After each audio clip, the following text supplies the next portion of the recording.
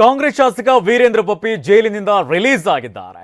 ಇಡಿ ಪ್ರಕರಣದಲ್ಲಿ ಜೈಲು ಪಾಲಾಗಿದ್ದಂತಹ ವೀರೇಂದ್ರ ಪಪ್ಪಿ ಅಕ್ರಮ ಹಣ ವರ್ಗಾವಣೆ ಕೇಸ್ನಲ್ಲಿ ವೀರೇಂದ್ರ ಪಪ್ಪಿ ಜೈಲು ಸೇರಿತು. 4 ತಿಂಗಳಿನಿಂದ ಪರಪ್ಪನ ಅಗ್ರಹಾರ ಜೈಲಿನಲ್ಲಿದ್ರು. ಇಂದು ವೀರೇಂದ್ರ ಪಪ್ಪಿಗೆ ಜನಪ್ರತಿನಿಧಿಗಳ ಕೋರ್ಟ್ನಿಂದ ಬೇಲ್ ದೊರೆತಿದೆ. ವೀರೇಂದ್ರ ಪಪ್ಪಿಗೆ ಷರತ್ತುಬದ್ಧ ಜಾಮೀನನ್ನ ಮಂಜೂರು ಮಾಡಲಾಗಿದೆ. ಜಾಮೀನು ಸಿಕ್ಕ ಬಳಿಕ ಜೈಲಿನಿಂದ ಶಾಸಕ ಪಪ್ಪಿ ಬಿಡುಗಡೆ ಆಗಿದ್ದಾರೆ. ಇವರಿಗೆ ಷರತ್ತುಬದ್ಧ ಜಾಮೀನನ್ನ ಮಂಜೂರು ಮಾಡಲಾಗಿರುವಂತದ್ದು. ಹೂವಿನ ಹಾರ ಹಾಕಿ ಘೋಷಣೆ ಕೂಗಿ ಅದ್ದೂರಿಯಾಗಿ ಅವರನ್ನ ಸ್ವಾಗತಿಸಲಾಗಿದೆ. ಆತ ಚಳ್ಳಕೆರೆ ಪಟ್ಟಣದಲ್ಲೂ ಕೂಡ ಬೆಂಬಲಿಗರು ಸಂಭ್ರಮಾಚರಣೆಯಲ್ಲಿ ತೊಡಗಿದ್ದಾರೆ.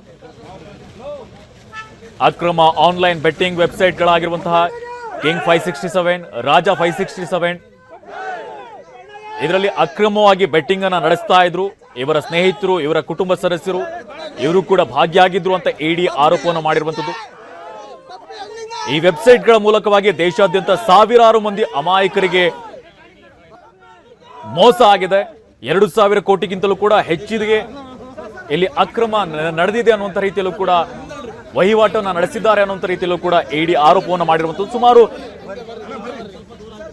103 ಕೋಟಿ ರೂಪಾಯಿಗೂ ಅಧಿಕ ಮೌಲ್ಯದ ಬಂಗಾರ, ಚಿನ್ನದ ಗಟ್ಟಿ, ಬೆಳ್ಳಿ ಆಭರಣ, ಬ್ಯಾಂಕ್ ಖಾತೆಯಲ್ಲಿದ್ದಂತಹ ನಗದು, ಐಷಾರಾಮಿ ಕಾರುಗಳನ್ನು ಕೂಡ ವಶಪಡಿಸಿಕೊಳ್ಳಲಾಗಿತ್ತು. ಸದ್ಯ ಜಾಮೀನು ಮಂಜೂರಾಗಿದೆ. ವೀರೇಂದ್ರ ಪಪ್ಪಿ ಬಿಡುಗಡೆ ಆಗಿದ್ದಾರೆ. ಪರಪ್ಪನ ಅಗ್ರಹಾರದಿಂದ ವಾಪಸ್ ಆಗ್ತಿದ್ದಂತೆ ಅಭಿಮಾನಿಗಳ ಸಂಭ್ರಮ ಮನೆ ಮಾಡಿದೆ. ಅವರನ್ನ ಸ್ವಾಗತಿಸುವಂತ ಕೆಲಸವನ್ನು ಮಾಡಿದ್ದಾರೆ. ಕಾಂಗ್ರೆಸ್ ಶಾಸಕ ವೀರೇಂದ್ರ ಪಪ್ಪಿ ಜೈಲಿನಿಂದ ರಿಲೀಸ್ ಆಗಿದ್ದಾರೆ. ಇಡಿ ಪ್ರಕರಣದಲ್ಲಿ ಸುಮಾರು 4 ತಿಂಗಳುಗಳ ಕಾಲ ಜೈಲಿನಲ್ಲಿದ್ದರು.